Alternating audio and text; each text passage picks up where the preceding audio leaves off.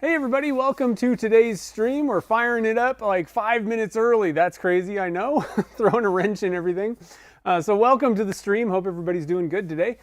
So we have another one of the viewer's choice things. I thought it'd be just kind of fun. We finally got that functionality where we can do polls and all that stuff. So that's kind of one of the reasons why I'm doing these things where, you know, we've seen the graffiti blanks and pasta and all these things, but it's kind of fun to let you guys pick stuff. So we're just having a little bit of fun with it.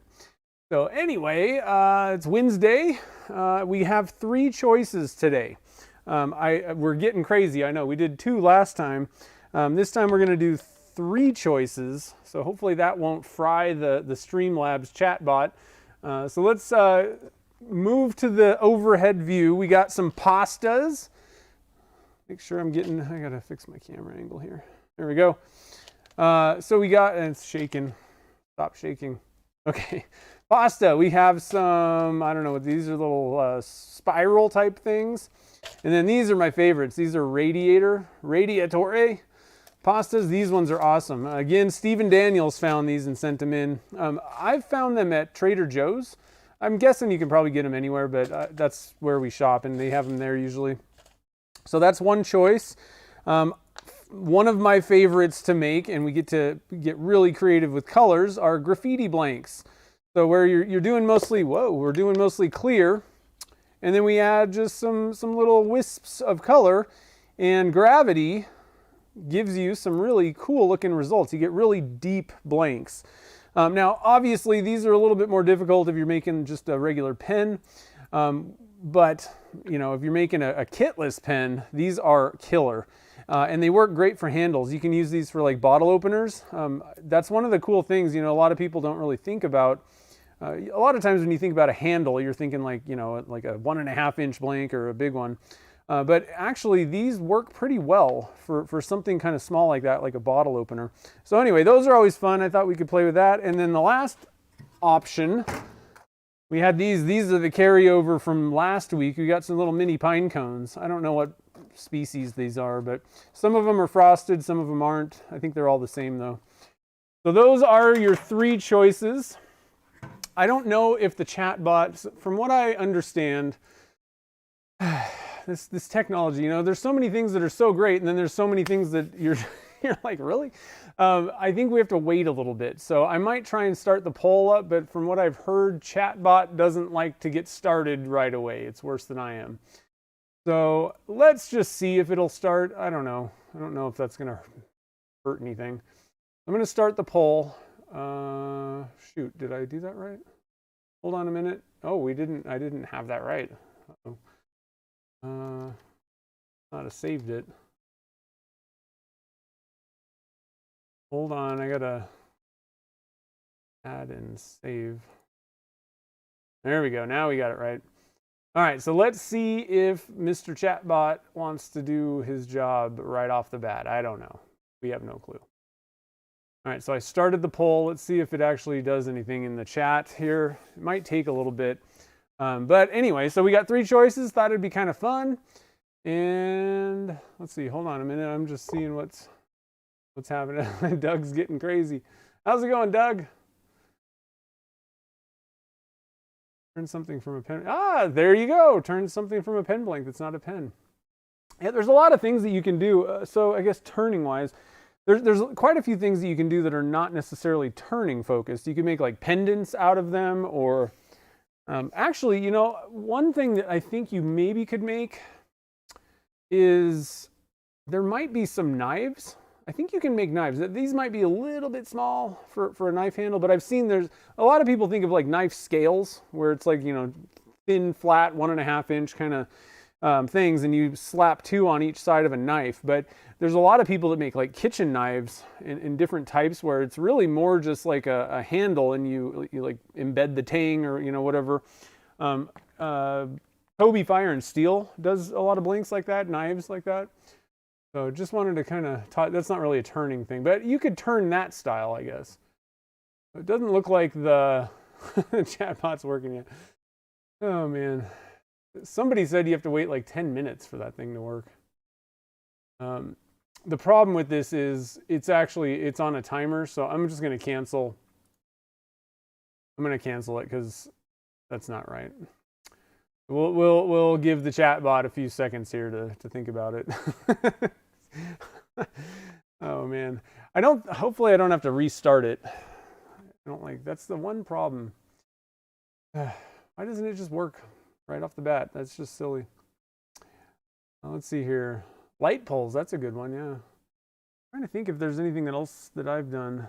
I've seen people make, I don't even know exactly what you do with these. They're called dab tools. I think they have to do something with marijuana or something like that. But there's these little kind of knife things that I see people make. They're really cool. Actually, I got one. Well, I guess it is a dab tool. 710 Swords makes these. But he sent me one. It doesn't have a blank, but a lot of times he'll make the handle out of my blanks. But he makes these little goodies. They're pretty cool. Pretty cool looking. He did and I went with something a little bit different. This is kind of unique to him. He kind of engraves these patterns on it. So anyway, different. That's something different. Probably not necessarily for everybody to make. Let's see here. Darts. There you go. Inside out tournament. Yeah, tournament or ornaments. Not tournament. Turned ornament. Hot wax, yes. Whatever, I don't know what that is. Steve's here. Yeah, so I'm trying to think what else. Yeah, ornaments are good. I'm actually, they have those little kits, which you don't really need to make a kit out of, use a kit for an ornament, but they work pretty well. Pinecones rule. I'm just scrolling back up.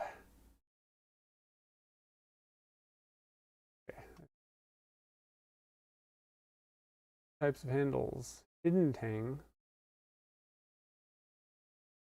Full tang. Ah, I see. I'm doing good. How are you doing? Yeah, I haven't made any knives. I don't really know anything about them either. I don't know a whole lot about a lot of things, but I know a couple things about resin. A toothbrush. There you go. That'd be cool. And the other thing that you can do is, like there's a lot of things that don't require, like that you maybe don't think of, but I'll give you kind of a little. Here's an interesting example that you might not have thought of. So I made a mold of one of my Craftsman screwdrivers, and this is not, obviously this is finished when you take it out. However, the way that I make these, you can buy these little doohickeys. I think I have some extras. I haven't made one of these for a while. Yeah, here we go.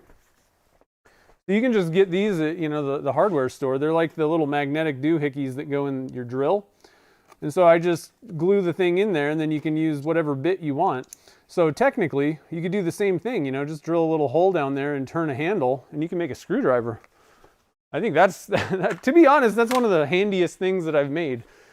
I gave one to like all my family members. They're like, whoa, these are crazy. All right, so let's try the Streamlabs chatbot. Let's open the poll again. Let's hope that it works. If not, I might have to restart. There it goes. Woo! Okay, so the way this works, I'm going to switch views again. So you're going to be voting on what we're going to be dunking today. It's one of three things. Let's see, where's the other one? All right, so we got pasta, and to vote for pasta, you're going to type in, I got to look at the screen here.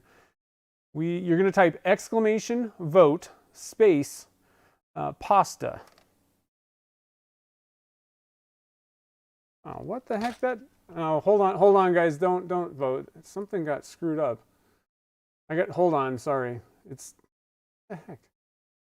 I specifically did this beforehand and it didn't save it. Okay, so sorry, we're not doing choya again. We did that last week. Hold on, sorry guys. Okay, done.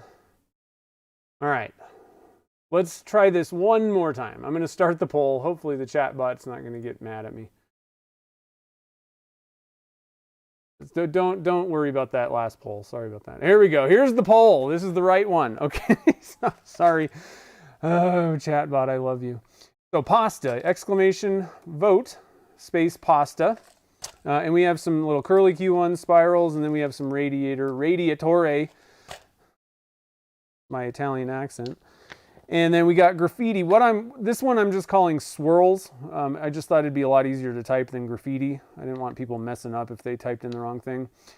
So these are just, clear blanks, and then we just kind of do a little bit of fun coloring with them. We can get crazy with that. And then the last one is pine cones. And I don't know what kind they are, but we got some frosted, some regular. They're always fun to make. You can get crazy with colors on those too. So let the voting begin. So you're going to vote. It's going to go for about 5 minutes here. Be interesting to see what you guys pick. Throw in a third one in there. That's really, oh man, watch out, guys. All right, so last week we did a poll. It was Pinecones versus Choya, and you guys picked Choya overwhelmingly. Just wanted to say that. So we did a couple different types. We did some pen blanks, and I got to be honest, these pen blanks are killer. One of the things that really makes these things so striking is the divine pigments. I really like the aqua conch color. That's what the kind of aqua is. Let's get under the camera here. Look at these guys. We did aqua conch, and that's, again, divine pigments. These things rock for graffiti blanks, for if you're going for solid colors and clear resin. These are so amazing. We did tiger, what's it called? Tiger orange, I think. Tiger orange. We did blurple, and I think there was one more, maybe two. What else did we do? I think we did some blood red, and I have the notes somewhere, but there might be one more color. But anyway, I think they turned out pretty sweet, and they are available on my website already. And then we did a turning block with blood red, silver. This is the Alumilite silver. So hopefully, I think Frank picked that. I believe that's who it was. It's a pretty nice light, bright silver. We did plum crazy, and we did turquoise. So you can't, the only issue with blocks like this, if you're doing solid colors, is you can't really see a lot. I tried to trim off a good amount so you can see, but you can see in the ends, this is going to be pretty wicked when it turns up. Unfortunately, this one's already gone. I listed these this morning. Somebody already snagged that one. So we got some pretty good blanks on those. Let me put a link. There's a link already in the show notes, but I'll give you guys a link if anybody wants to snag any of those Choya. Again, only the pen blanks are available still. So we got that going on. So again, make sure to get your votes in. Let's see how much time's left. We got 1.5 minutes left. So your choices are pasta, got a couple different types, graffiti style blanks, where we're just doing plain with colors and clear resin. And the third choice is the pine cones, little mini guys. So get those votes in. You type in vote, !vote, and then either swirls, that's going to be for these guys. I just thought it'd be easier than typing graffiti, pasta, or pine cones. William likes the pine cones. Oh man. Let's see if I missed anything here. He's serving stuff. Yeah, there you go. Bracelet holder, yeah.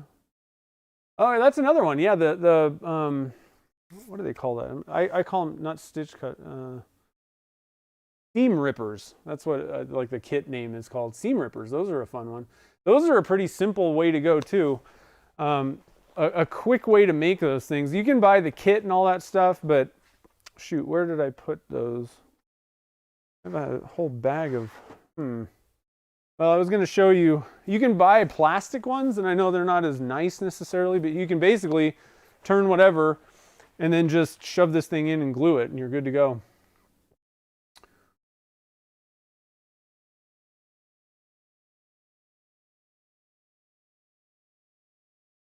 See.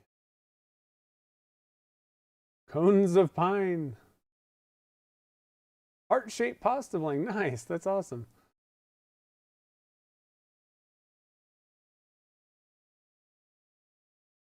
All right. So hopefully tomorrow I'll get to go snowboarding too. We haven't gotten any snow, but okay. So the poll is over. I'm going to complete it. Sorry about that. I wasn't paying so close attention. And let's see, does it say the results? It should say the results, I think. Okay. Do something.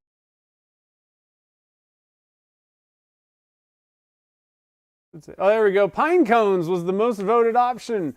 47.62% of the votes. So that's what we got going on today. A little bit of pinecone action. I'm going to put, I pulled out some molds, but I don't need them all. I am going to get this guy, we're going to do some pen blanks first. I'm going to put this in the oven. And then depending on how many we have, I have some more mini ones that I just need to, yeah, we'll be able to, we'll be good. I have some more mini ones, but I was thinking, why don't we do the same thing? We'll do some pen blanks and then we'll do a brick of the mini pine cones. And I'll just say, I don't know, I think we have enough in that little tub. It looks smaller than it is, but I think we should be able to get 2 of these guys. So I'm actually just going to put this kind of to the side and then we'll pop that in when we're done with the pen blanks. I'm going to put these graffiti blanks away.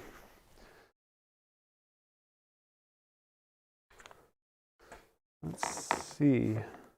Oh, and I actually have one other thing to show you guys too. For anybody that's not in the Patreon family, you guys missed it or didn't see what was going on with Patreon this month, we cast some of the crystals from Philip. So we got results. Let me just switch to this view. So I pre-made this. I got everything all arranged on this little kind of piece of burl, and what I was thinking is just kind of like, you know, a desk type deal. You could maybe do like a lamp or something like that. Now I'm a little bit disappointed in a couple things on this one.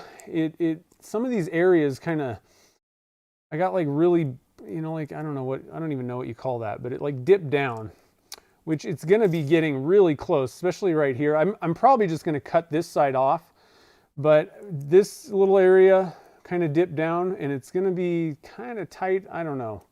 Got a couple little dips and I should have just poured a little bit more on top. I think what happened with some of this, they're kind of in the corner areas, and I think, well, one thing is I don't think my mold, I think one corner wasn't as airtight as I really wanted it to be.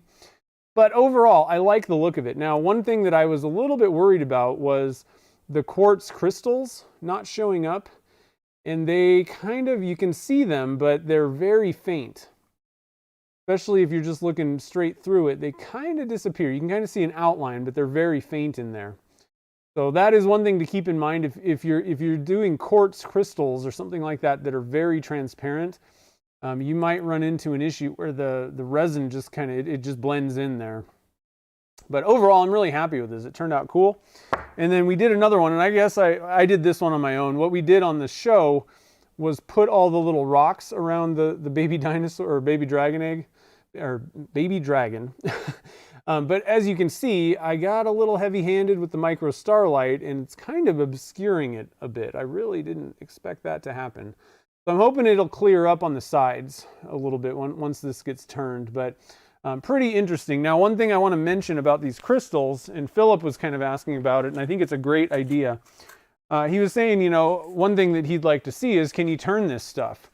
And I'm sure you can. It may be a complete pain, but after this video, after I get the live stream replay done, what I want to do is actually cast some of these where, and I'm thinking probably just go tube in.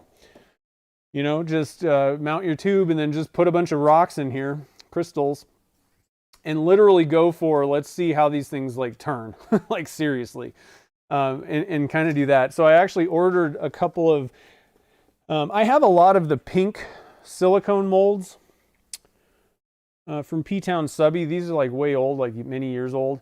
The problem is these work well with urethane resin, like Alumilite Clear, but I don't really use Alumilite Clear for tube in anymore. I use epoxies. And so the blue ones work with any resin. The only problem is all I have is 2 Sierras. So I bought some more. I got a couple of Junior Gent. That's one of the pen kit styles that I like making a lot of. If I'm going for like a fancy pen kit, it's usually going to be one of those. And I think I got 2 cigar style. That's another one. If I'm going for middle ground, I go for a cigar.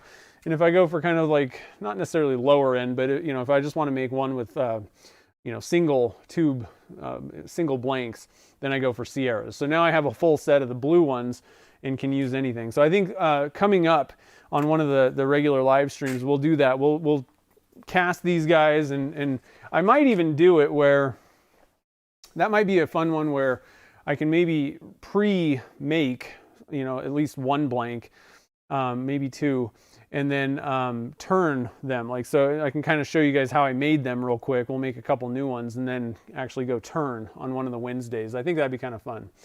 So anyway, let's see. Oh, did you put graffiti? Sorry about that. Yeah, it's kind of tough because I'm like, I wanted to make it easier for you to type, but then in the back of my head, I'm also like, well, I'm calling them graffiti, so I wonder if somebody's gonna mess that up.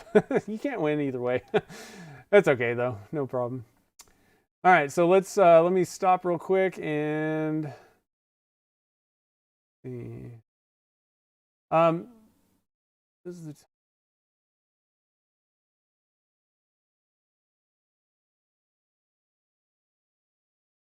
sorry, I'm just.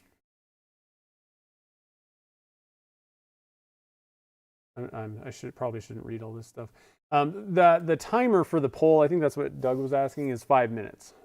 That is just that way. I don't know. It just makes it easy.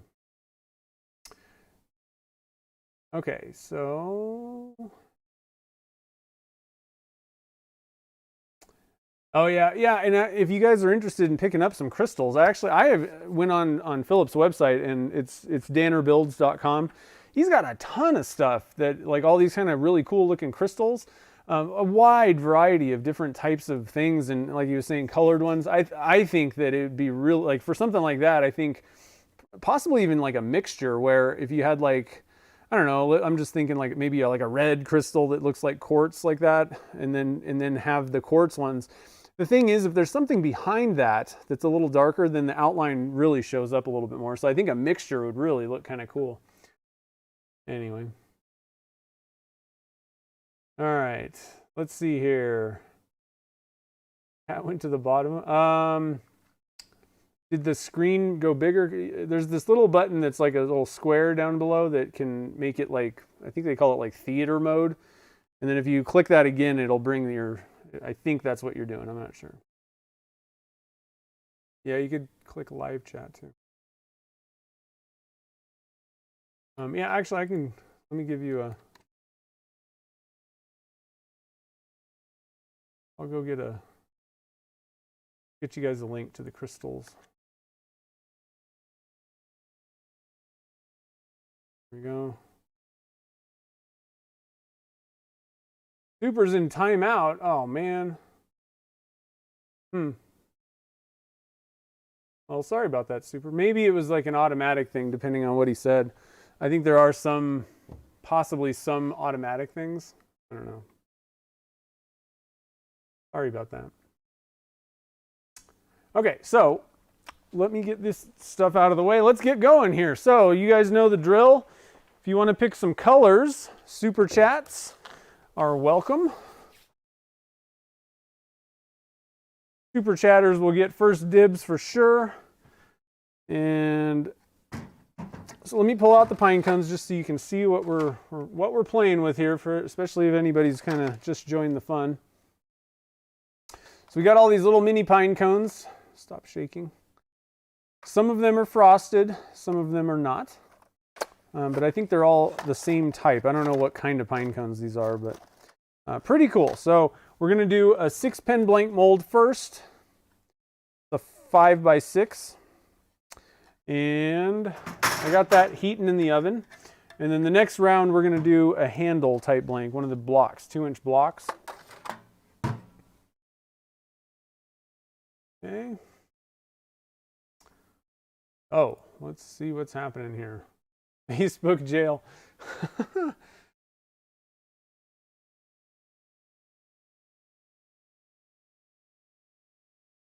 Well,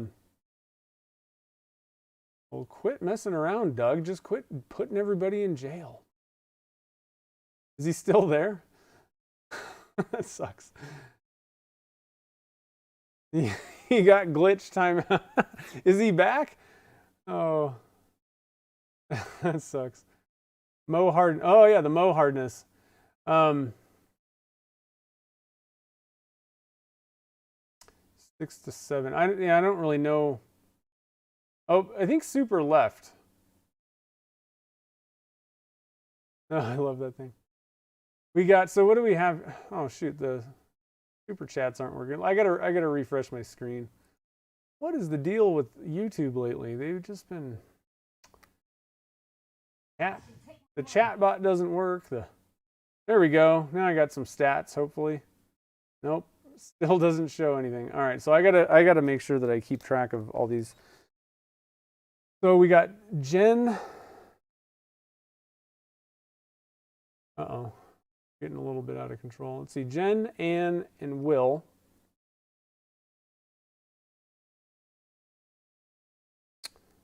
Okay. I think that was it. Ann and Will. Okay. Why doesn't my thing show me if I can look at this?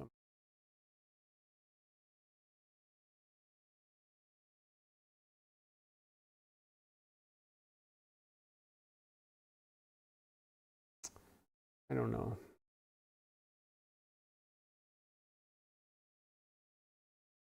I'm gonna have to make sure that we're on top of these things because it's not showing who super chatted in my dashboard, unfortunately. All right, so Will wants blaze orange. Let's see here. Like I said, I think Super might have. Oh, Super's back. Super gets to pick. All right, so let's see here. Today is the 10th. I'm gonna switch to the overhead view real quick. I know it's upside down, but you can kind of get the idea. 2/10. I put the date. We're doing Pinecones. Okay, so this first one we're doing. Here, number 1. We're doing 6 blank mold, and we're going to use slow set clear Alumilite. So I usually mix up about, well, to make about a 1-inch deep block for that mold, I would put 540 in. So let's just put, I think we're going to be okay if we put about, I'm just going to mix up the 540. I don't want to mess around. Don't want to mess around. Like we got, Will wanted blaze orange. Ann wants turquoise. All right, so we got turquoise, blaze orange. Oh, we got more. And what does Super want?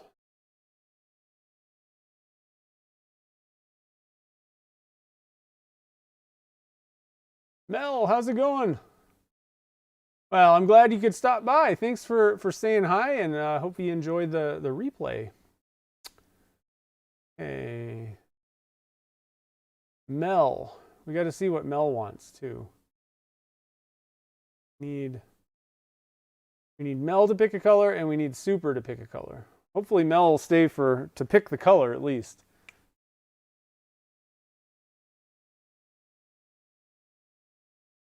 Oh, somebody said purple. Oh, okay, I see. Some sort of purple.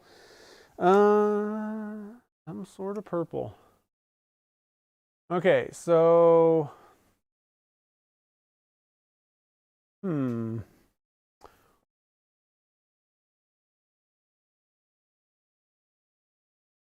well, okay, so I got a couple ideas here for this.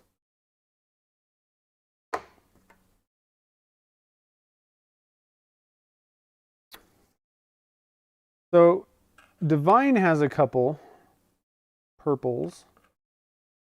Let's see. They have well, I guess that's more kind of a maroon. Well, sangria purple, but I think it turns out a little bit maroon. They have a new purple that is on the way. Abyss blue might be kind of like a really dark, kind of bluish purple. What else we got? Green. That's black.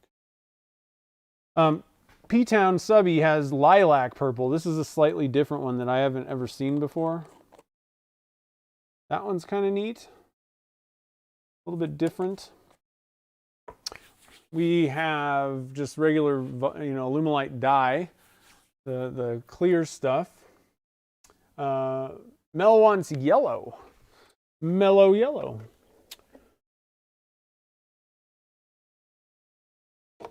So we got a solid yellow color. This is Sunny Yellow from Divine Pigments. Or here's an interesting one, Tampopo Yellow. What do you think of that? From Eye Candy. Could be a good one. We can go mica, we can go solid color. Let's see, what did,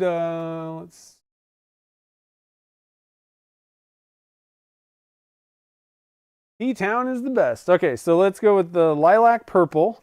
I don't think, let me just look real quick. I have a couple other of their colors that seem to be kind of similar to other ones that I already have. Oh, okay, so there's royal purple and ultraviolet, but those are pretty much the same thing as midnight purple and plum crazy, pretty close. So just left those in the box. All right, so let's go with lilac purple. And let's see here. Did you want, so mica or, the pearly stuff or the solid color? That's the only thing we need. And then for the turquoise, did you want, what kind of turquoise? What kind of turquoise did Anne want? Were you thinking like, because there's like these, let's see here. We got like a teal blue. That's not exactly turquoise. We got the conch aqua, sort of turquoise-ish. It's turquoise is a tough one. We have turquoise from P-Town. That's a pretty nice looking color. We did that on one of the blanks last time. And what else we got here? Turquoise. One that's kind of, I don't know, it's tough. Teal is kind of, well, it's a little bit more teal green. There's the teal from Caster's Choice. It's more like the green, kind of like an aqua teal. I don't know what the difference between turquoise and teal and all these things are. 5 teenagers. Oh man. Oh, the Tampopo. Yes, it is pretty sweet. Pretty sweet, I'm telling you. And the P-Town one. Okay, cool. All right. We are rolling now. Once we've identified the colors. All right, so we got, what are we doing? And Blaze Orange. Blaze Orange. That's going to be pretty fun. Pretty fun. Did you guys know, I heard a secret, there's going to be another mica powder provider, and I'm going to wait. I'm not going to, whoa, lost my mouse. I'm not going to give you guys the secret. I'm just going to let you know that there's another one coming, and I'm excited to see what he brings to the table with the micas. Everybody's selling mica powders. Okay, so let's do casting area reversed this time, and then I'm going to switch it once we start getting going. I think I'm going to make this a little bit smaller up top. Mostly I'm going to be just mixing up resin. So one of the problems that I had was when we had this the overhead is the main, and I'm mixing resin, like all you see is my hand, pretty much. So you know what? Frankly, I'm just going to do this because there's not much going on when I'm getting the resin mixed up and measuring it and all that stuff. So I think that'll clear up that, and then I'll just have to remember to switch it. All right, so we got pen blanks going on here. We got I didn't finish writing my notes. So we got turquoise, blaze orange. We got Tampopo. I don't know who came up with that name. Eye candy has some really weird names. Like they just do not. I'm like, what does that mean? And we got lilac, purple. And I'm gonna mark down. This is a P-Town. This is Caster's Choice. This one's a. So we're mixing them all up. And P-Town. Okay. So let's see here. How much is this going to be? 540 divided by 4. So we're going to put 135 grams of each one of these guys. I think I'm going to put about a half teaspoon. We're going to go for thick, or not thick. What is the word that I'm trying to think of? Opaque. Not thick. Going for opaque. Got my little spoon out. Okay, so let's, I'm just gonna, I'm gonna trip first. Then I'm gonna get a cup out. And I gotta be honest, guys. I've used these TCP Global cups now for a little while. And the only thing that I like about them is they're a little bigger than the ones that I had been using. For certain things, depending on how much resin you're mixing up, having a little extra room in your cup is nice. But it's not like, you know, like the next size up, like a, like a 2-quart thing. But I like that. I gotta be honest though, these mountain ones, I like them better. They don't seem to crack when you're taking the stuff out as much. You got to still be careful, but I haven't found any. I don't know. Somebody told me that the TCP Global ones were like super way better, and I don't really believe in that. I didn't find that anyway.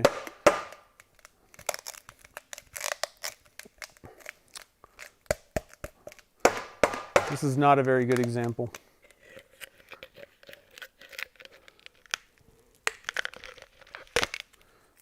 Epoxies tend to stick a lot more. This is some amazing clear cast.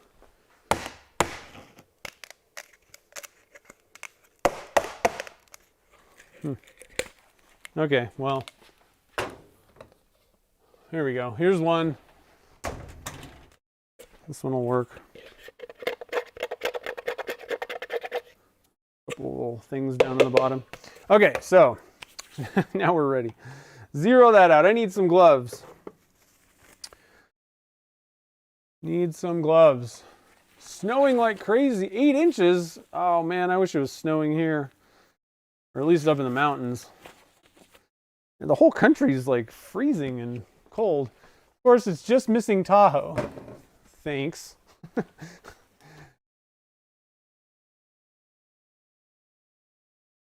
Oh no. Father's truck is stuck.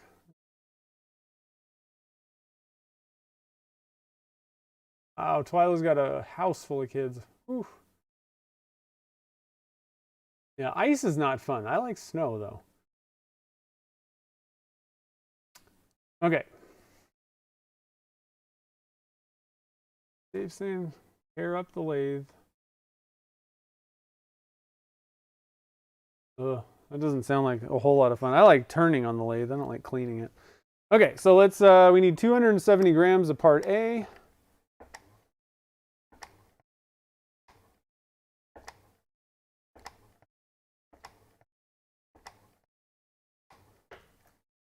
I'm just going to mix it all up in 1 cup and then dump off 270. Dump off into 3 different cups here once it's all mixed.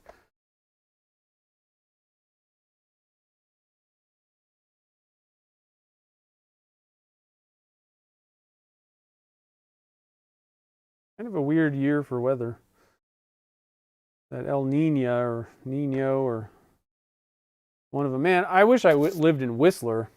They've just gotten like powder every week, like 12 inches, 20 inches, just every single week. This has been like the most epic snowboarding season I think ever in Whistler, and I'm just watching people's videos going, man, I wish I was there.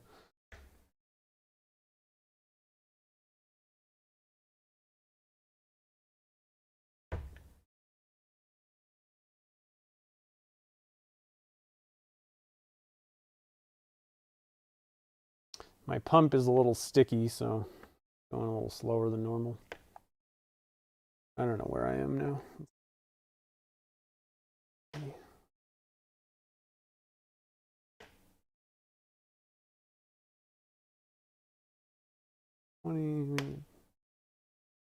270.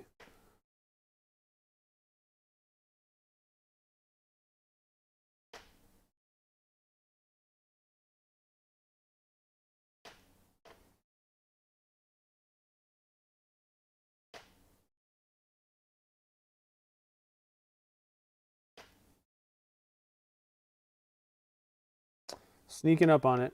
We're sneaking.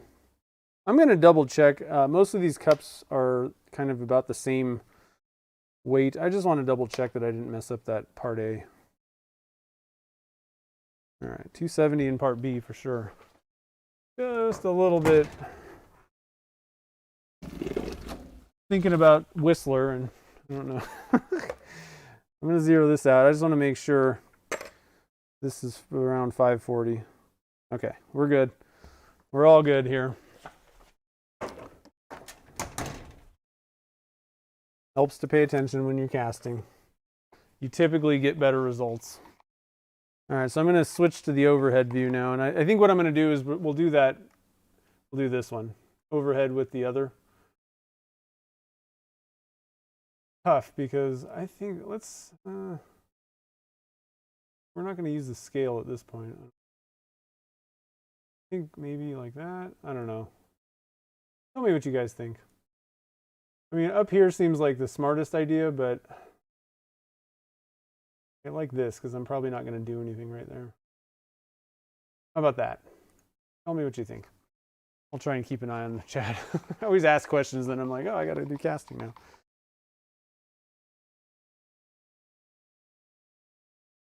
I think I need to move this up a little bit too. More in the middle. More centered. I'm not having to stretch. You want to be comfortable when you're casting, you know, especially for long periods. Make sure that the height of the table's correct. You kind of want, it's kind of like the lathe. You kind of want to have, like, you know, your arm at about 90 degrees when you're mixing. Otherwise, it gets your like shoulders are up if you're too high, and if you're too low, you're hunched over. You don't want that. So if you're too far away, that's not very comfortable.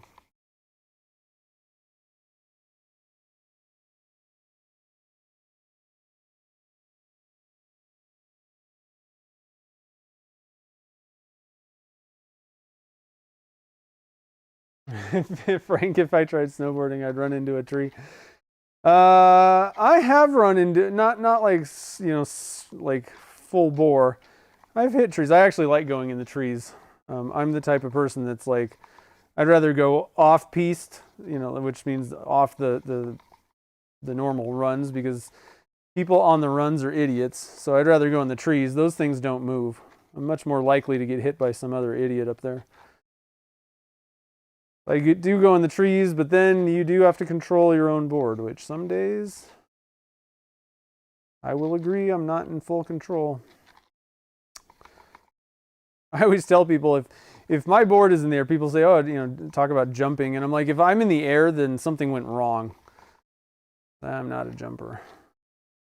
I can maybe get like, you know, 2 or 3 inches of air time. It's awesome. Yeah, I know. I'm actually a little bit worried too, because I'm not exactly a spring chicken.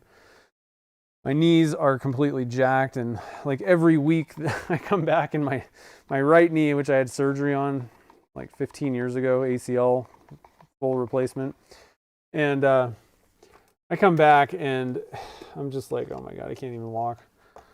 But it's totally worth it. One of these days I'll get knee replacement surgery or something. I don't even know what's actually wrong with it at this point.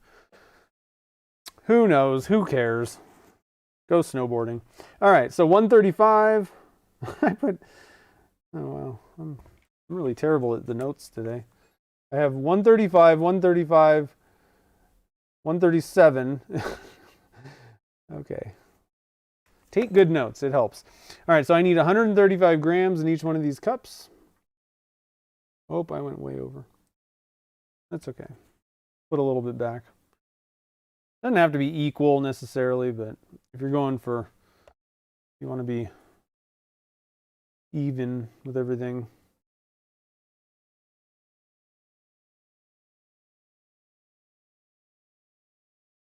All right, that ought to be pretty close. And then, like I said, especially when you're dealing with mica powders, if you don't need like specific combinations of things to get a specific color, you can just kind of wing it on you know, it doesn't have to be exact, just kind of get them pretty close.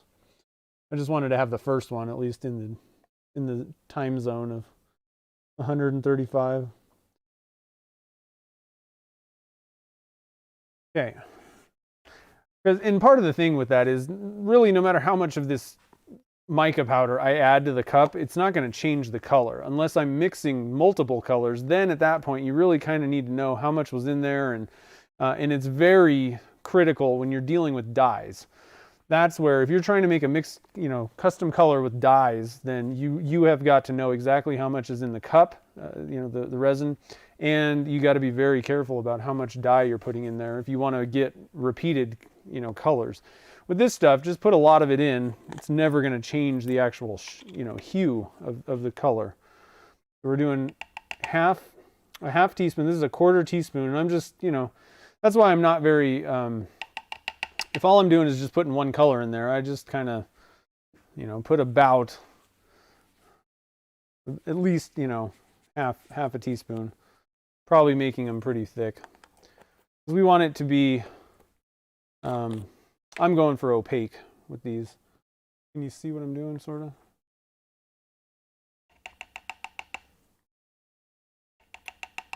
Okay, so we got our turquoise, and I'm just wiping off this little thing into my rag. I used to use like a liquid. You could use water. I wouldn't really use water in the middle of casting, but I would use like denatured alcohol to wipe it off, but it's just kind of a waste. You know, you can just wipe it off. We got our blaze orange. This is going to be some colorful blanks right here. And then last but not least, lilac purple. This is a new one. I haven't used this one before, but it is an interesting looking color. A little bit lighter than most of the purples. I like that. All right, so let's see here.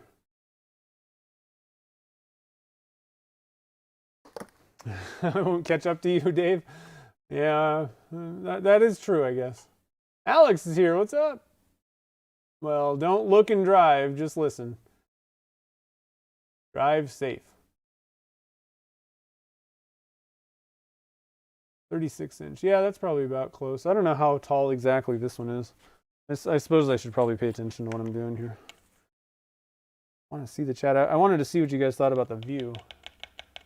I always do that. I'm like, hey, what do you guys think? And then there's a delay, and then I start going to casting again. So I'm just trying to... Chase was asking. Okay, so I'll measure that for you, Chase. I don't know exactly offhand. And just to let you know, I'm about 6'3", 6'4", somewhere in that neighborhood. 6'3.5", I think, technically. Kind of get these things going here, started.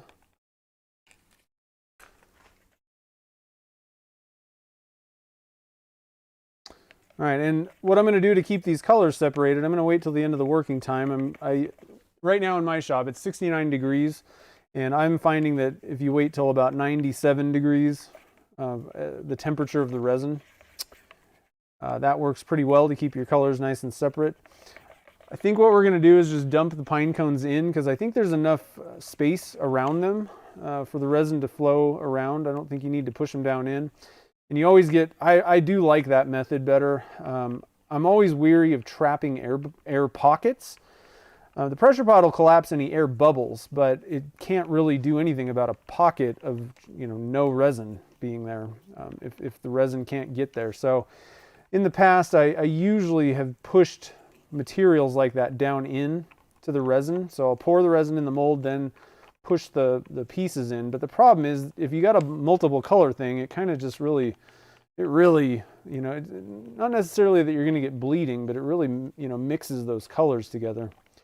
I find that if you can just pour it over a material, it works really well to kind of disperse that. You get really good color patterns that way. Especially, you know, we did the choya blanks last week. That worked really well for those. All right, so let me get stuff out of the way a little bit or set up properly. There we go. So I think because I've kind of mixed these all together, we're just going to have a mixture of the frosted ones and regular. But pretty much just need about a layer on the bottom. You know, the blanks are going to be 3/4 inch, and these things are about that. I don't think I need to go too deep with this. I don't know. Same time, I don't want any areas missing pine cones. So just make sure. That should be good. And let's see what temperature we're at. I've been kind of messing around this whole time, so we might be there already. Yep, we're there. That one's at 99. These are probably higher. All right, so let's give it a pour. Start with our purple here. Just to make clear that I checked the temp with one of those infrared thermometers, and this one was 99. This one, usually if you have a wider cup with less resin in it, that's going to heat up a little slower than if it's a thinner cup like these guys, but you have more kind of resin, you know. I don't know if that makes sense. It's just a little bit different. More mass kind of all put together is going to heat up quicker.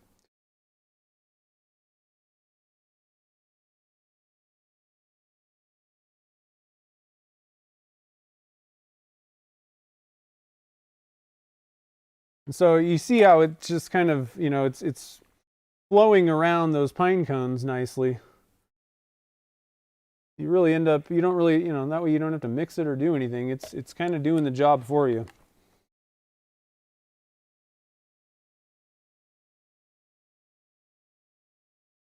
I'm just gonna.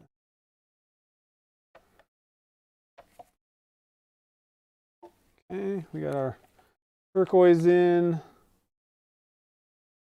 These are going to be pretty cool looking, I think.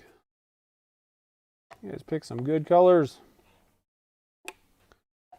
Yellow. Got a little bit of orange. Now we're starting to kind of get to the top. It's not like flowing around anything. That doesn't really matter though, because this is, you know, this top layer is above. I'll probably be cutting this off anyway. So I'm not that worried about that. All right, so we got our pine cones. I'm going to take a stick here and just make sure that we've got everything packed down in. There's a little bit of a void kind of thing. Okay. Looking good. And then you guys can kind of see in the back there, in the bottom corner, we will just drop this guy in my pressure pot.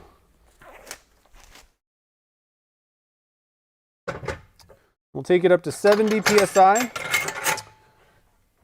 Again, you guys know the drill. You don't want to exceed the working or the max pressure for your pot. Every one of them is going to be different. Make sure you read the sticker.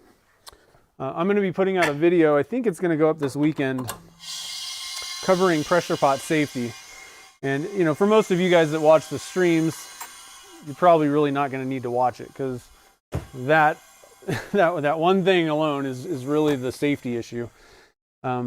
But I will be putting that up, and if somebody's asking questions or something like that, hopefully it'll be a good, you know, for people that are new to casting. One of the big things is, you know, a lot of us have seen what goes on, understands how all this stuff works. But like the first time that you've been introduced to a pressure pot, I mean, it's kind of a foreign tool. It's not like, you know, people are familiar with saws and you know, hammers and, you know, but like pressure pot, that's not necessarily. I know when I got started, I was afraid of the thing. I didn't know what the deal was. How can they, I heard horror stories, and I didn't really, you know, you're just not familiar with it. So hopefully this video, you know, will be a good one for people that are new to the sport of resin casting, have heard about pressure pots, and it'll kind of explain what the deal is, you know, because they can be dangerous if you're abusing them, but there's really no need to worry.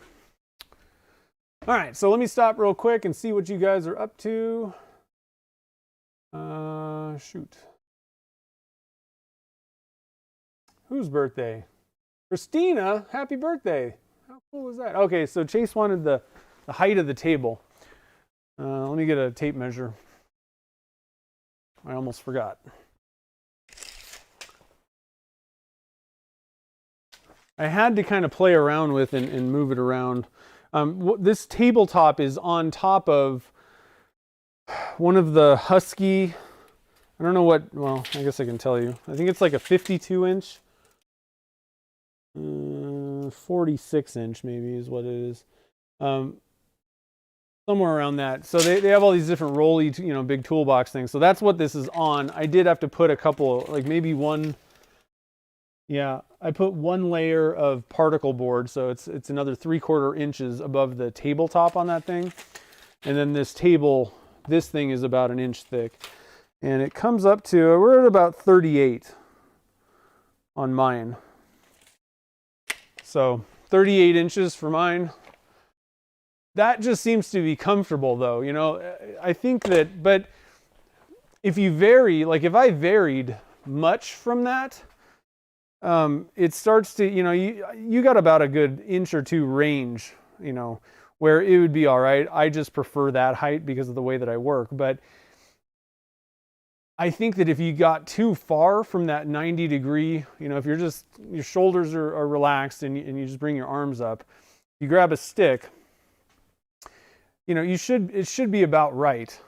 You don't want to be too far from that because you end up starting to do weird stuff with your body that for one-off shots, if you're just making one batch of pen blanks, whatever. But if you're going to be doing stuff for a little while, it's going to affect you. You're going to have, back problems or it's not going to cause back problems necessarily, but I mean, you're going to get a sore back if you're leaning over the thing, So at least, but either way, whatever you do, it has to be comfortable for you, That's not I'm not necessarily saying that the way that I do it is how it has to be done, but I do kind of think that somewhere in that 90 degree bent elbow range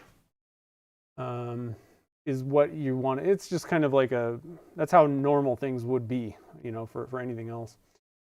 Shop Dogs ask, I don't know what the size, specifically the size of the Starlight glitter is. It's very small. That's all I can tell you. They're very, very tiny particles, so pretty small. I'll show you them. I just needed to get a knife to open. We're going to add some pine cones. I don't think that's enough for a handle blank, so we're going to add a little bit more. What are these guys? These guys are hemlock cones. I got this from, I don't know where I got this. I might have got it on like Amazon, but it's a big brick of hemlock pine cones.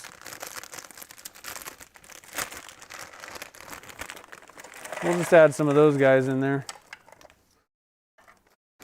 Got it everywhere. All right. Put that guy up there.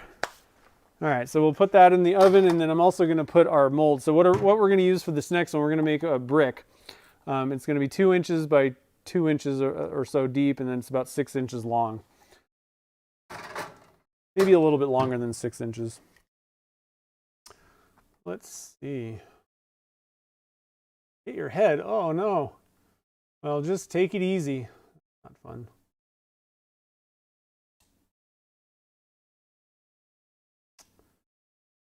Dinner time. All right, Dave. Thanks for joining the fun. Oh, I was going to show micro starlight. I actually need to refill my little jar here. The beauty of this is you really don't need much. You saw that that dragon egg blank that I made. But I mean, these particles are it's tiny.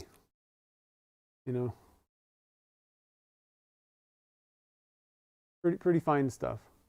So this is my micro starlight. Is that the, yes, micro starlight on my website.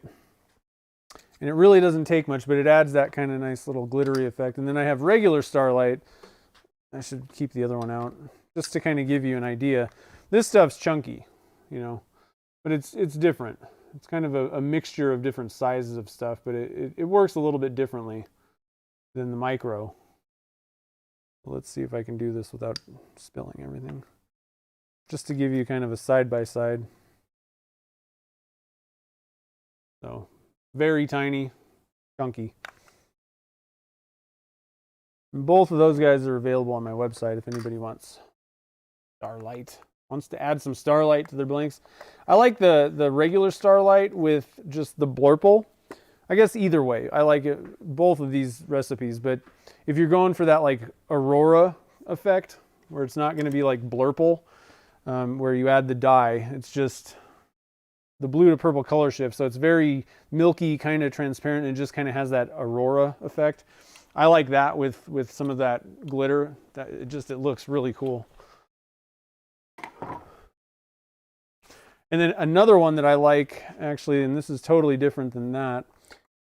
One of the coolest things with the micro starlight is you add a good amount of this stuff to just a black dye, or you could just go with, you know, black mica powder.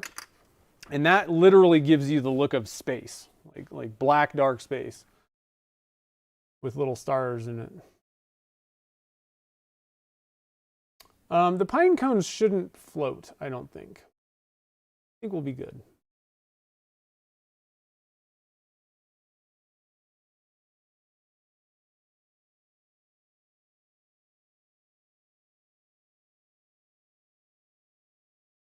Sorry, just scrolling up to see if I'm missing any.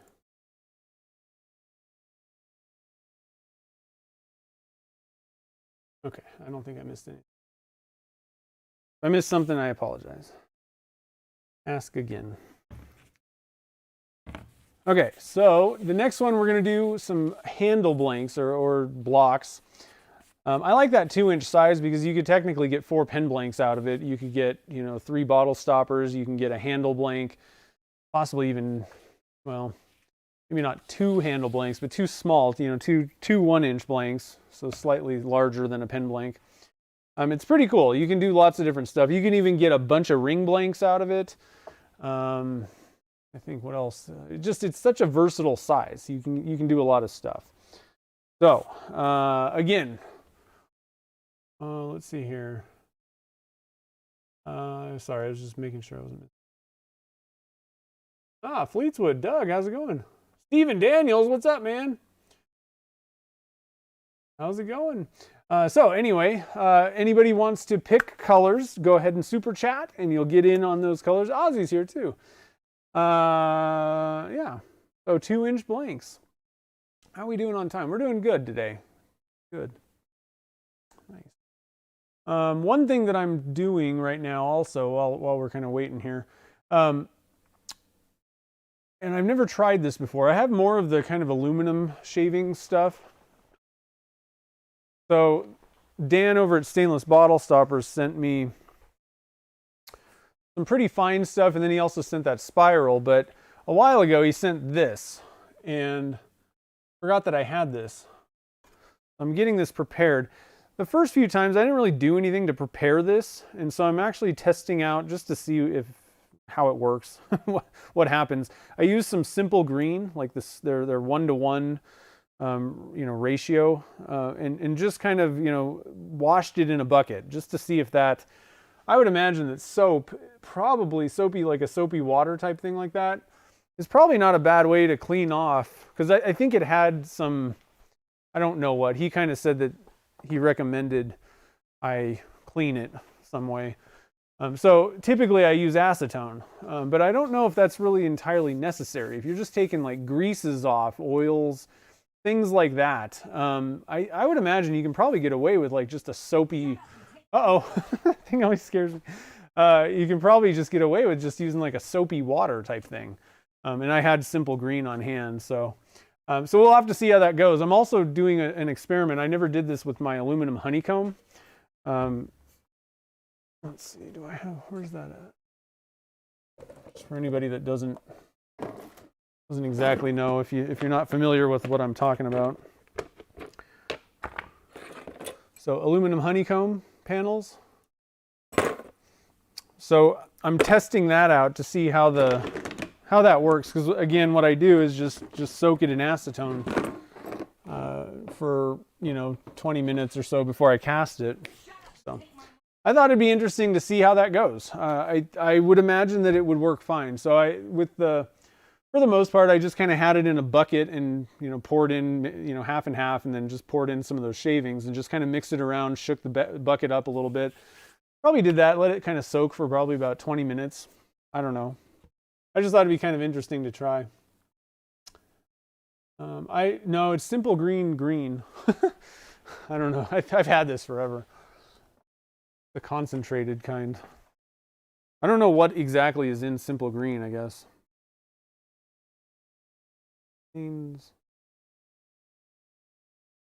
Yeah, I don't know what it contains. Who knows? Soap, I figured it was kind of similar to like a soap type thing. Something like that. Who knows? It might be ammonia or something. I don't know. So busy with work, you had to take a break. Well, good. I'm glad you took a break. It's necessary. The thing is, a lot of times you really just need to take a break so that you can kind of, get the creative juices flowing, frankly. So we got super chats. So I'm really bummed that my my dashboard is not showing, but I know that we had, let's see, we got Jeff. All right, so luckily they show up in the chat window. So we got Jeff and Frank. Jeff wants gold. I'm writing these guys down. Jeff wants a gold. We got a few options for that. Frank wants a pink. That's nice. We got a few options for that too. Whoa, it's getting crazy in here. This one's going to be a big one. We're going to have lots of colors. Dave, what color do you want, Dave? And then Will wants a blue.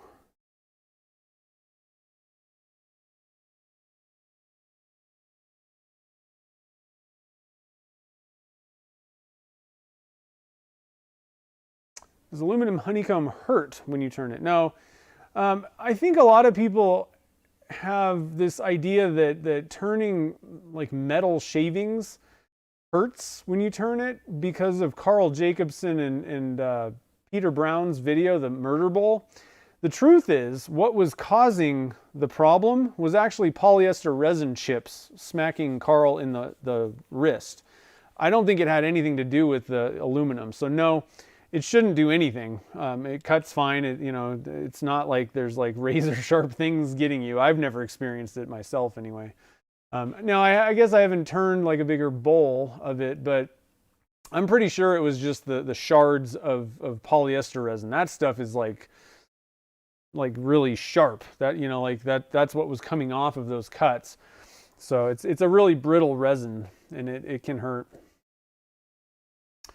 Plastic honeycomb. I'm sure it works. I personally kind of like the silver color, but I think it'll work fine. I don't know. I've never, no. I guess I've never really cast or turned a plastic honeycomb. But I mean, they all work. The other one that I like a little bit better, uh-oh, I lost my lid again, is cardboard honeycomb. And you can get that, it's like a packing material. Actually, if you buy a Harbor Freight pressure pot, they come with, like, part of the box is cardboard honeycomb, like the perfect size. That's something that I'm actually trying to source, because aluminum is not the greatest thing to resin cast. It's not, I did some testing to find the best working one, what worked the best and bonded the best. But the stuff that I sell is still not like an excellent bond. It's metal, so, and I tried etching and doing all that stuff. I didn't find that it actually just didn't work at all for me. I don't know how to do that properly, I guess, possibly, but I don't really want to do that anyway. So aluminum is not the greatest bond no matter what you're doing, but the cardboard, that stuff works great. So you don't have to worry about that, and you get a very similar sort of result. So I like that personally. Plastics, again, not necessarily the greatest bond a lot of times.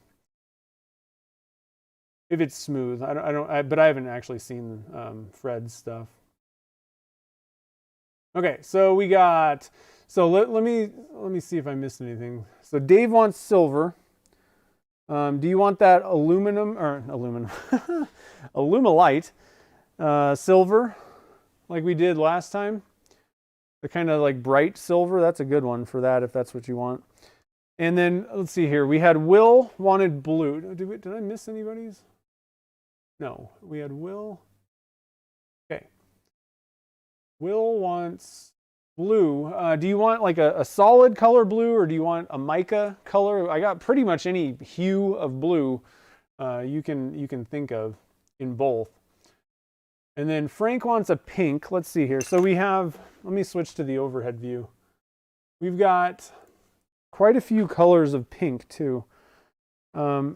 This one is a different color than I've ever seen. This is called Dusty Rose from P-Town. I've never used it before. Oh, I guess it's not even open. Let me open it for you. Kind of a, I don't know, almost maybe like a mauve or something. I don't know how to explain it, but it's a slightly different pink. Dusty Rose, they call that. And then you got Rose Red, which I think is pretty close to either the raspberry pink or the, what's the other one?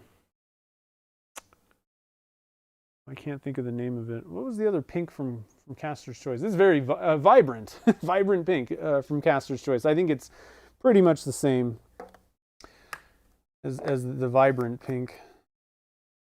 I don't know. This one's the raspberry pink from Caster's Choice. It just looks slightly, maybe a little bit more dark. Maybe, I don't know. There's not a lot of difference between raspberry pink and vibrant pink from Caster's Choice, I didn't find. And we have flamingo pink from Perlex. I forgot I had this. That's just like bubblegum kind of pink.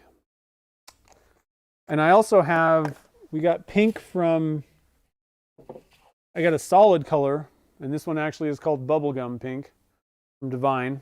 So lots of pinks. It gets crazy around here with all the colors I got. I don't think I have any. Oh, yeah, we have an eye candy. Baku Red from Eye Candy. That, again, looks pretty much exactly the same as those. I'm just going to put that away. So many colors. It's really tough. Frank wants raspberry pink. Okay. Do that. Put the rose away. Rose pink and Dusty Rose. Okay. And let's see, Dave. Will wants something bright. I got bright blue, I think, is brilliant blue. This is one of my favorites. It is brilliantly bright. Okay, so that's a Caster's Choice color.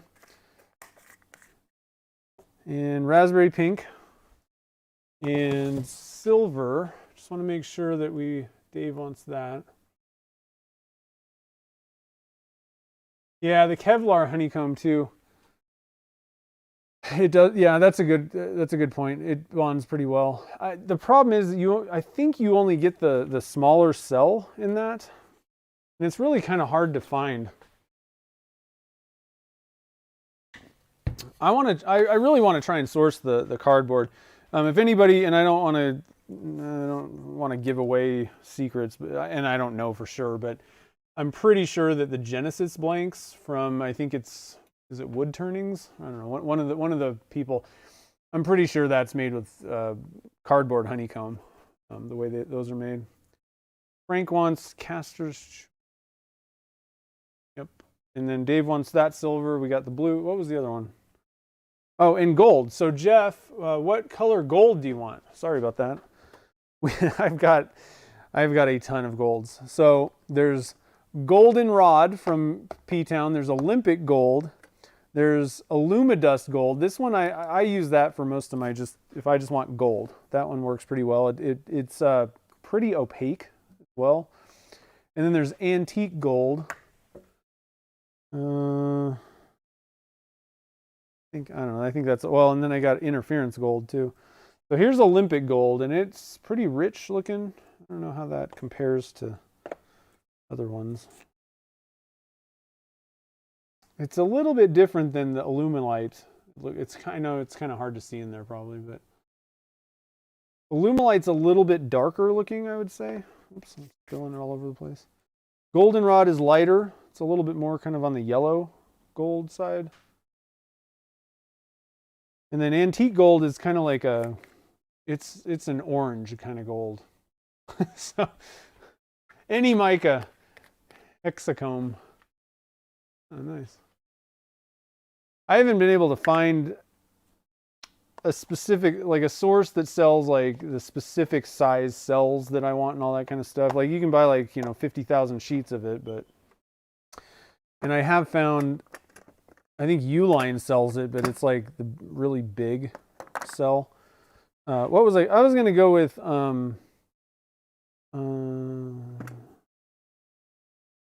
we got, let's go with, as long as you don't have as long as you don't care, let's go with the antique gold. That's one of my favorites too. It's a nice looking color.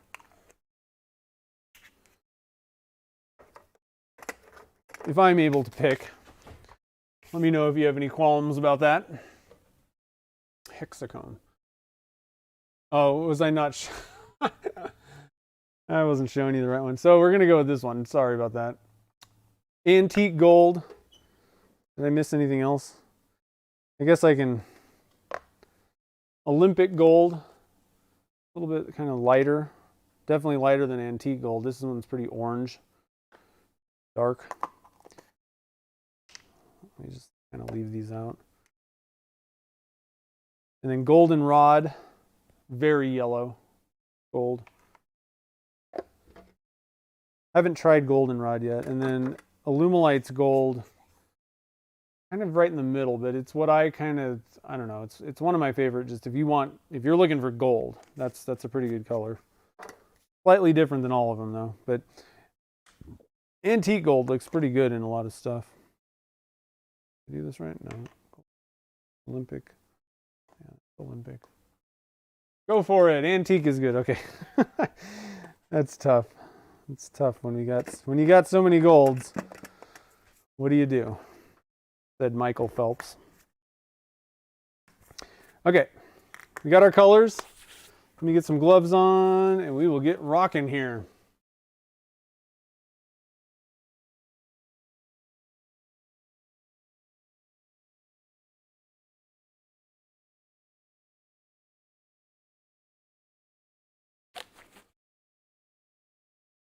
A cardboard plant? Sweet. Heck yeah. Yeah, I've been really thinking about that because the thing is, like I said, I don't ever have any problems with my aluminum honeycomb blanks. They turn fine. I think that a lot of it has to do with the way that I prep them. I prep the pen blank. I think honestly, I think the biggest thing that I do is just the super thin CA. You drill the hole in the blank, and then you add the super thin CA on the inside, and that just kind of fills in and adds a little bit of support. I think honestly that's probably the reason that I'm able to get through a lot of blanks where the material may not be the best, and then obviously you got to kind of be careful when you're turning, but there's some people, especially beginners, I wouldn't feel bad or not bad. I wouldn't feel worried about giving a honeycomb a cardboard honeycomb pen blank to a beginner. It's not going to turn any different than anything else. And most of the blanks that I sell, I would prefer to have ones that turn, fairly easily, that are not difficult. I try to stay away from those. Most of the things that I make like that are short runs, and I don't make them a lot. Typically, the aluminum honeycomb they're probably the most difficult blanks that I sell at this point, but honestly nobody's ever even said that they had problems with it, so I just know that it can be a problem, and if you don't know, then it could be an issue. All right, so this let's see here. So we got a 2-inch mold here, 2-inch by 2-inch by 6. I think it holds about 400 grams or so, 420 actually. So I'm gonna mix up, I'm just gonna go for it, 420. And that's 210 times 2. To mix that up, we'll mix the whole thing up at once, and then we are going to we'll just split them down the middle. Oops, 428, 420. So 105 grams in each one of these, for each one of these colors. I think we can probably get away, especially when you're dealing with a larger blank. I would generally, when I'm making these blocks, although I say you can cut pen blanks out of it, I don't think most people are gonna. So when you're dealing with a thicker block, you don't necessarily need to add as much mica powder to the mixture to get it to be opaque. There's going to just be more of it generally in an area. On pen blanks, you've turned it down so thin that there's just not that much material there, which means you need to pack even more mica powder in there to make it look opaque. So I think we can easily get away with just a 1/4 teaspoon of each and it'll look great. 1/4 teaspoon.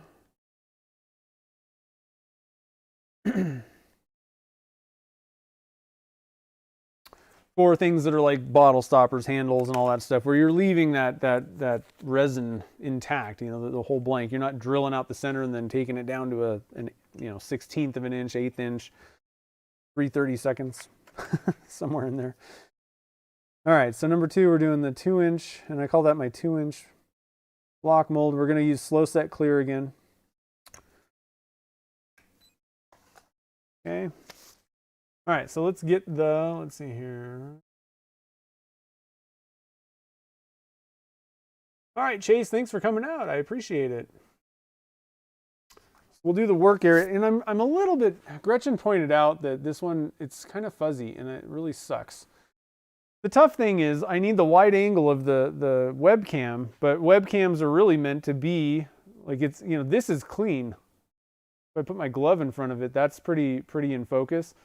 But the minute that you get, 3 or 4 feet back, so I'm just like, and the problem is I can't hook up other cameras to my computer at this point. I'd just have to get a new computer. So I'm a little bummed. It's a little bit fuzzy, and I apologize for that, but at least the overhead is fairly clean now. Okay, so let me get a big cup. Here's a big cup. Zero that guy out. I got mica powder. I spilled the gold all over the place. I'm going to kind of clean that up a little bit real quick. Use a little denatured alcohol. Acetone, if you put that on most plastics, it's going to like melt it. So watch that. Don't use acetone to clean off your scale. Denatured alcohol is a little bit less. I would even use just rubbing alcohol if you had it. You probably just use water for mica powders too. I'm going to pick it up. All right. Now I won't be Goldfinger. Zeroed my scale. Let's get this going. So 210 times 2.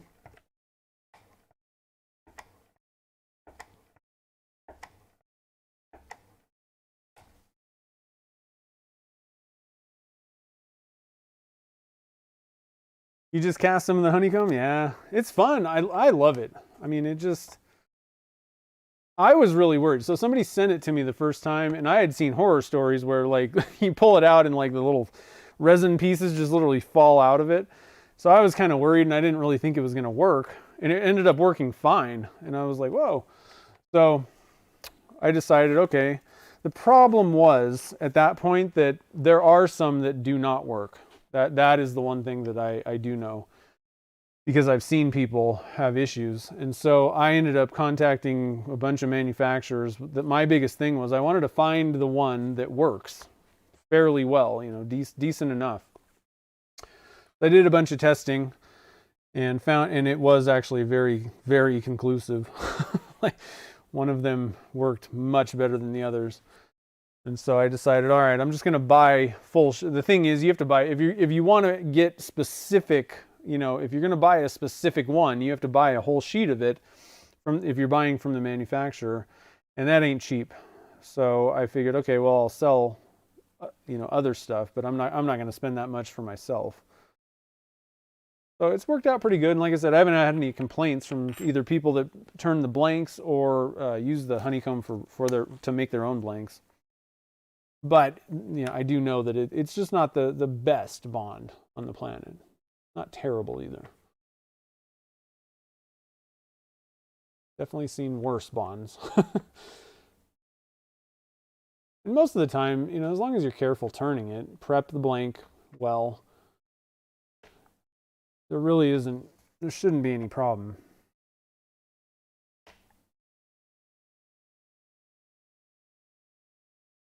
$80. 7.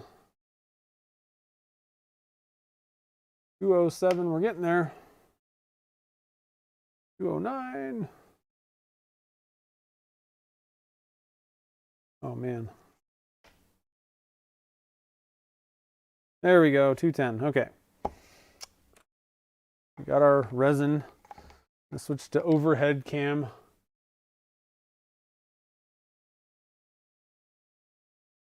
You know what? I think I'm probably just gonna...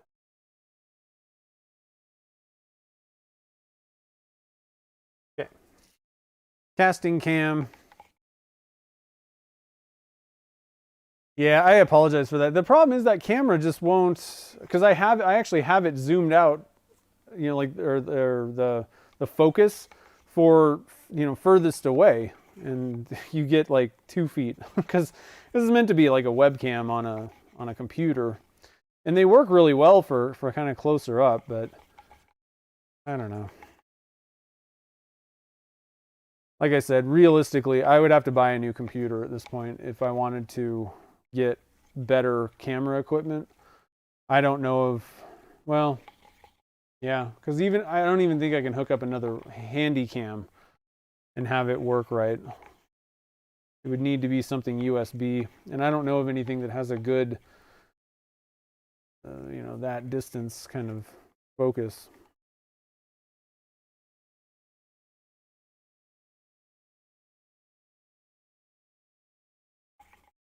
And the problem is I don't want to move the Handycam back, because the Handycam is what I use to, it focuses really well up close on things, and I have a screen.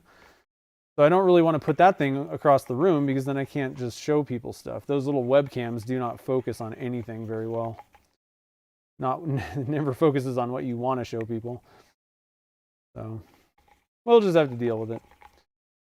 Luckily, the details from the wide angle don't really matter that much. You're just seeing what I'm doing.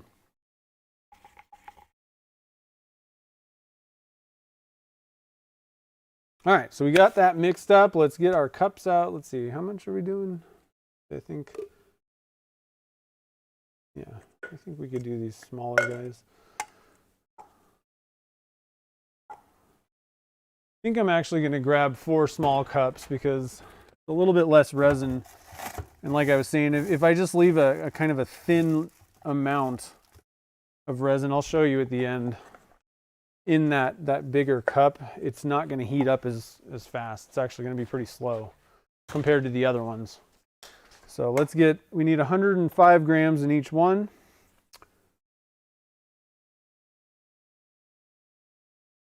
Just measuring out 105, and then I'm just going to kind of wing it because we got 4 micas again. Doesn't need to be that accurate for micas.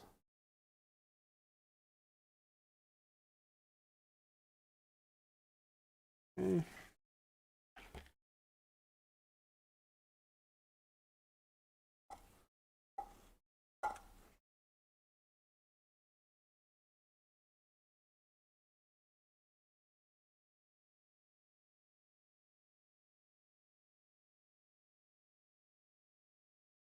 All right, so just this 100 grams in this cup, pretty thin layer and spread out wide.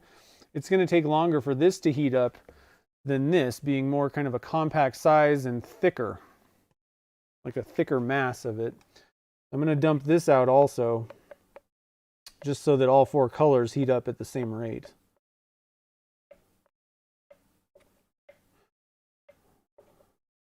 If you need a little bit longer working time, then put all your resin in 4 big cups. You know, like, so you can use it to your advantage, but in this case, it would not be advantageous for me to do that. Okay, so we're going to put a 1/4 teaspoon of each one of these guys in there. Ricky, how's it going? Welcome to the stream. Okay, so we got our antique gold.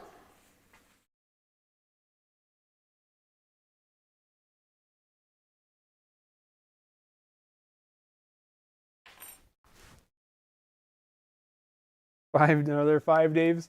Eric's here. What's up, man?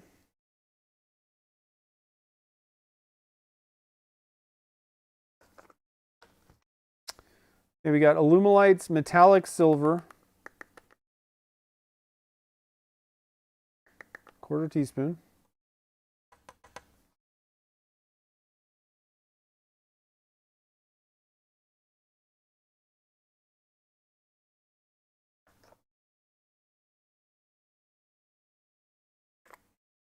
And this one is Brilliant Blue from Caster's Choice.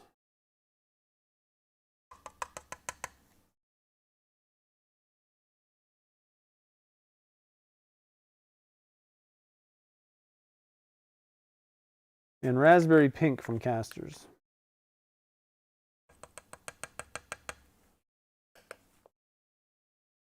Hey. We are mica'd up. Spoon away, get all these little cups, jars of mica out of the way.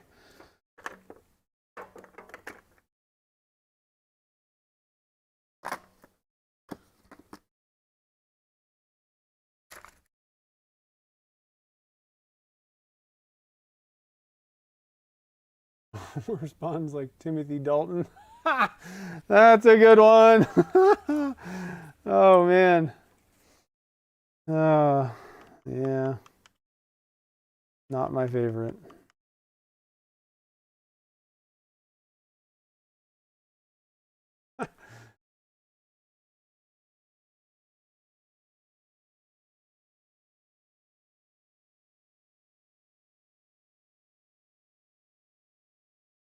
All right, so let's get these guys mixed up and ready to rock.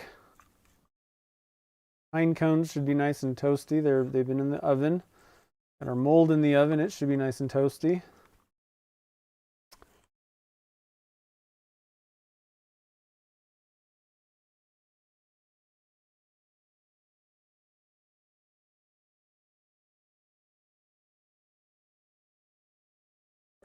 Alumilite silver. Now, actually, I should mention, so Alumilite doesn't actually sell this silver anymore. I forgot about that.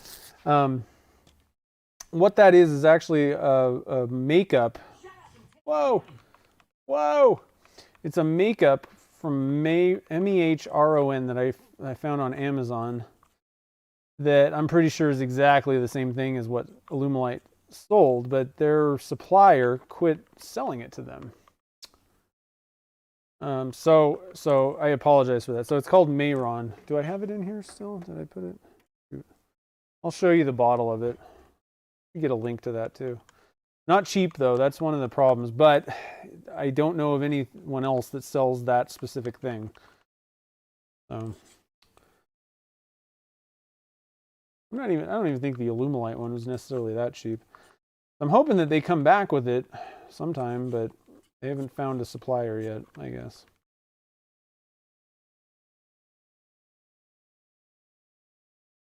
All right, so we got our things mixed. So Ozzy's asking, what bandsaw blade do I recommend for cutting blades, or for cutting pen blanks? Yeah, on the saw stop. I finally gave in. I used to not. My thing with the saw stop, I didn't really know how the brake override thing worked really, and it always kind of wigged me out because if you screw up and you're cutting aluminum, you could break. And I've blown the brake on that thing doing that. So I would always just say, well, okay, I'm just going to use the bandsaw. But the problem is for selling blanks, I really don't want to have to sit there and sand them every time. So I use the saw stop for it, and it works fine. But for when I was using a bandsaw, I basically use, I think it's about a 6 tooth per inch blade. Dave. So I think it's a 6 tooth per inch, maybe something like that. I can go and double check after I pour this. And that should be fine. You know, I don't, like, pretty much, for the most part, with most of these blanks, well, okay, so the thing is, you're going to get a better cut with a higher tooth count blade. It'll be smoother, which in the case of, you know, the aluminum, that might not be a bad way to go, but there's really no problem cutting them. And I mean, honestly, I've used a two or three tooth per inch blade to cut blanks, aluminum honeycomb blanks, and it works just fine. Okay, these things are ready. Just talking too much, I guess. That is my gift. Talking too much. All right, so we're going to do the same thing. I'm just going to dump these guys in there. Maybe I can get them in there.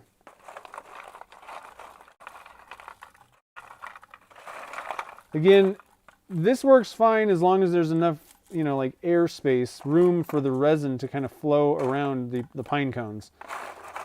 If you're really blocking a giant area, if there's places where the resin really can't even get to, then you're going to have a void there. Pressure doesn't eliminate the absence of resin. It only collapses air bubbles. So, but these should work just fine. This will be no problem at all. All right, so, and I'm just going to kind of pour it around and just have a little bit of fun with it. We got some gold and silver. We should have got some bronze going. I think somebody actually mentioned that. And some pink. These are going to look pretty good, I think. You guys always pick really good colors. I'm telling you.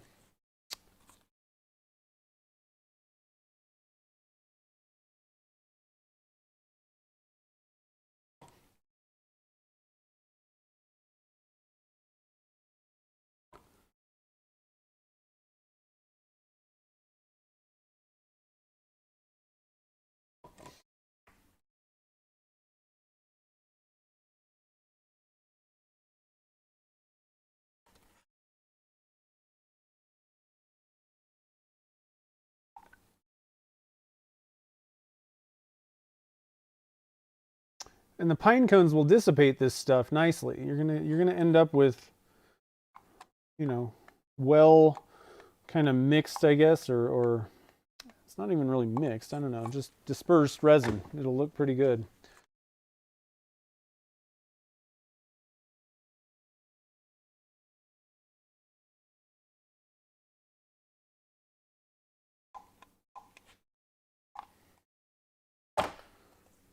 And we got a little bit more pink here. A little bit more blue, so I'm going to pour that first. I'm going to do back and forth with these two colors.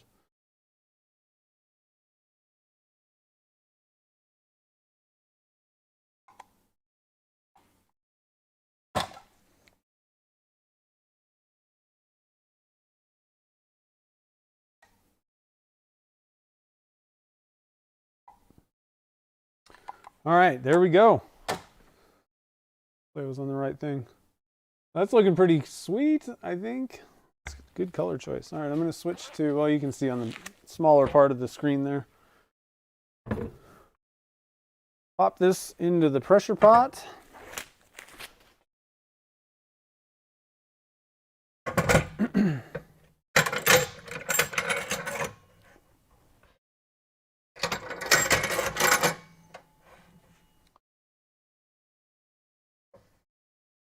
Again, pressurize up to 70 psi in my CA Technologies pots. Always don't go over whatever the sticker on your blanks, on your pressure pot says.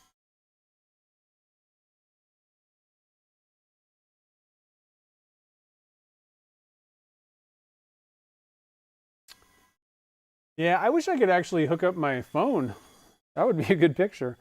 There are ways, the thing is, most of the things that I've seen would be easier if I had a Mac now.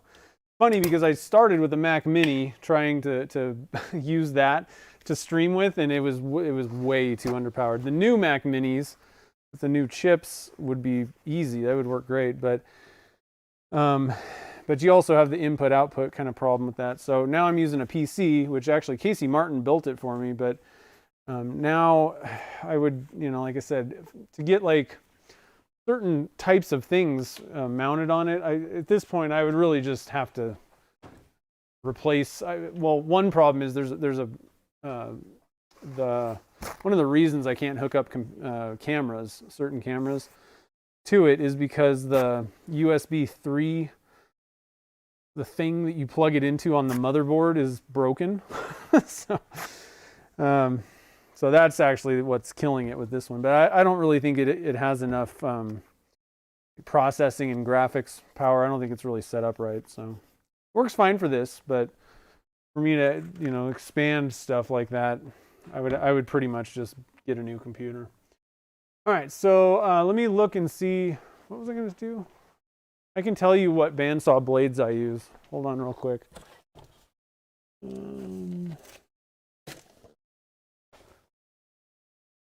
Gotta pull this out over here. Ow. That's sharp.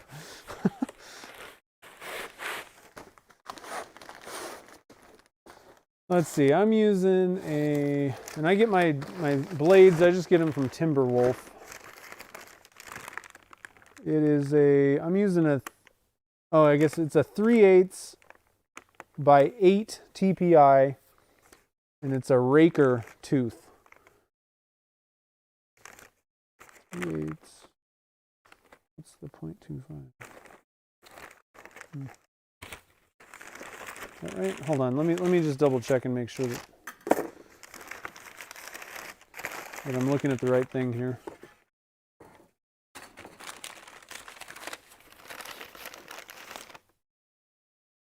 Yeah.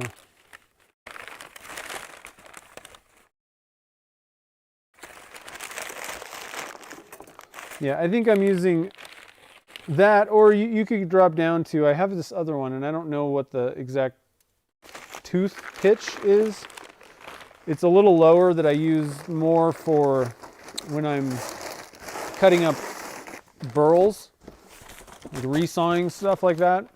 That one I think is a 3 or 4 TPI, but I've been getting pretty good results with the 8.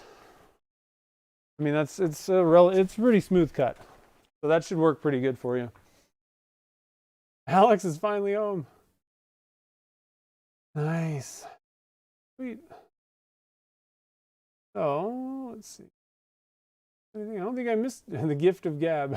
I don't know. So anyway, that's all we got today. We got the pen blanks in. We got the 2-inch block in. So I'm excited to see how they turn out. And don't forget, we have the Choya pen blanks.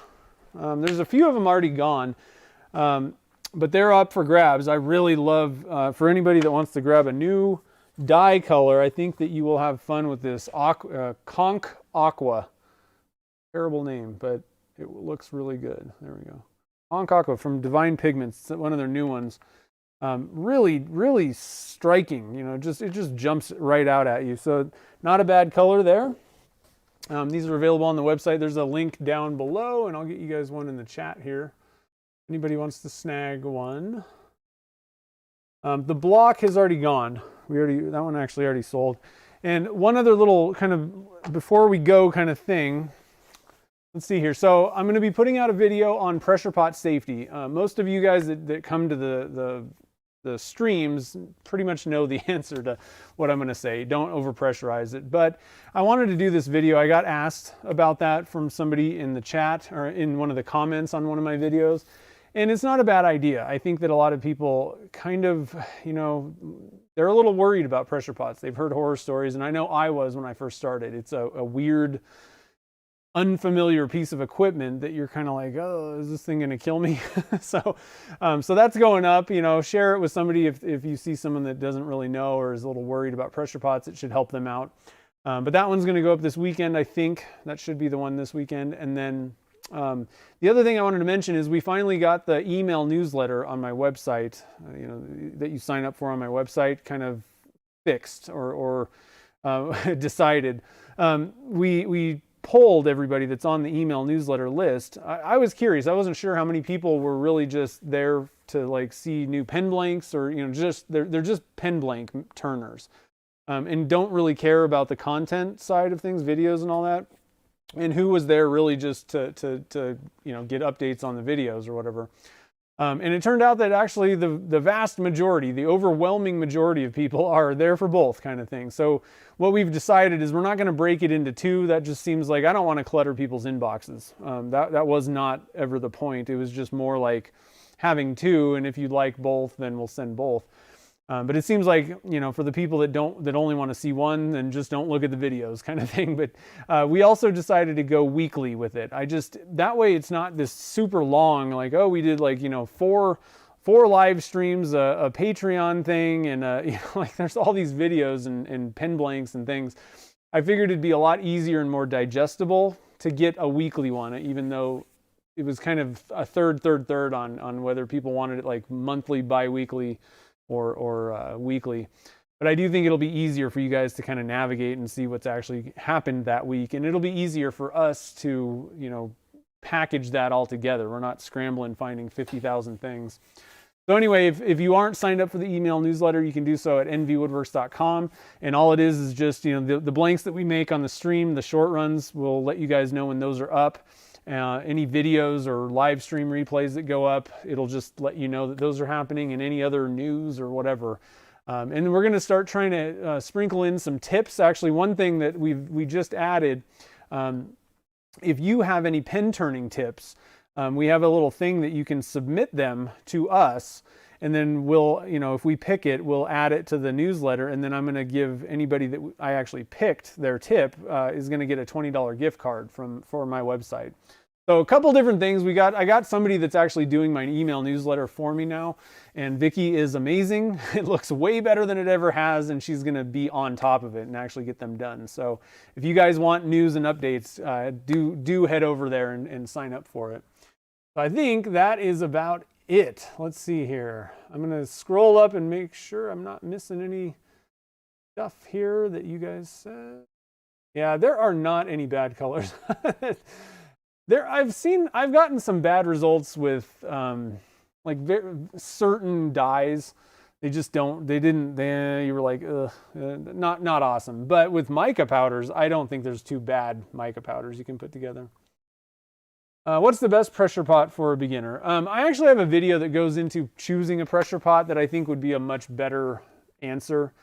It's not so much, I don't think that that's a piece of equipment that really, that there's a beginner model for. I think it's kind of a personal choice which one you want based on the features that it has and safety and all that kind of stuff. So I'm going to go and try and find that video for you and put a link to it really quick. It's a good question though. But that's why I put that video together, because I really thought about, planned it out and really have a good answer to that type of question. So I'm going to refer you to that instead.